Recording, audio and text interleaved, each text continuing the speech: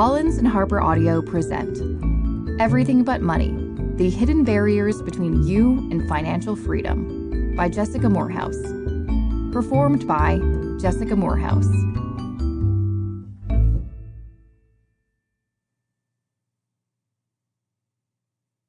A note before we begin. For access to exercises, takeaways, guidance, and more, don't forget to download the accompanying enhancement PDF from your audiobook provider. To my loving husband, Josh.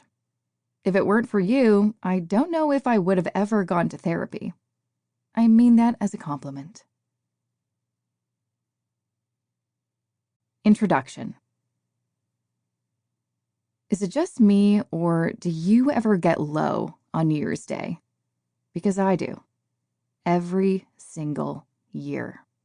For whatever reason, at the stroke of midnight on December 31st, something triggers my body to deflate like a grounded hot air balloon.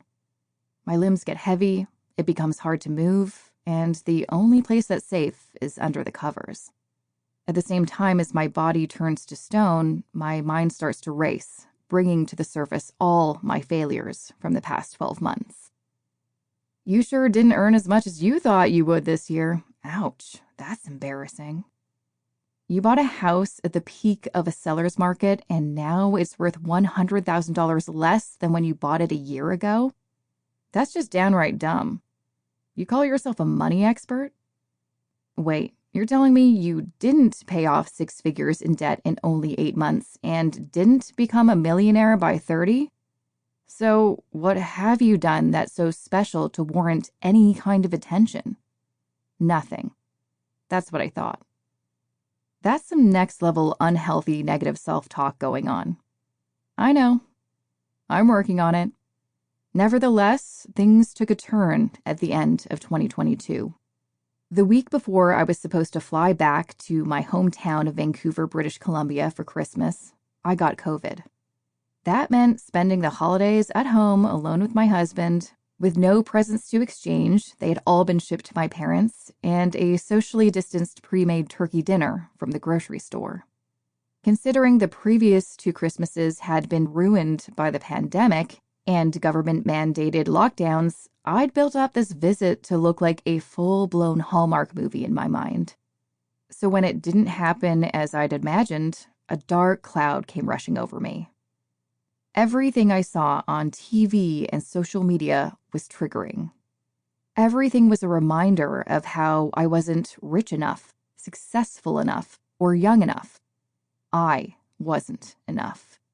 But it was one particular post I saw on social media that made me snap.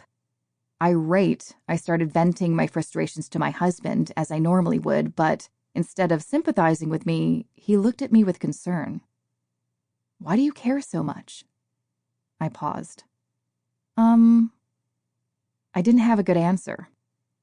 Why did I care so much about what was going on in someone else's life or career? Why did I waste so much energy comparing myself to someone else's accomplishments that have nothing to do with me? Why was I so hard on myself? This line of questioning continued for hours until I hit a very vulnerable point. I was faced head-on with a question that I had avoided like, well, COVID, for years. What am I running away from? When I finally stopped running. Ever since high school, I've been extremely ambitious. Get straight A's, get a degree, get an impressive job, earn good money, become successful, and live a wonderful life. That was the plan I set for myself, and I'd been working toward it with the determination of a racehorse with blinders on ever since. But at 36, not once had I slowed down in my self-imposed race to the top to acknowledge the truth about why I wanted any of it in the first place. It wasn't my desire for comfort and financial stability. It wasn't to realize my potential. And it certainly wasn't to smash the glass ceiling for future generations of women. No, deep down, it was much more basic than that. The real reason I wanted wealth and success was Sample complete. Ready to continue?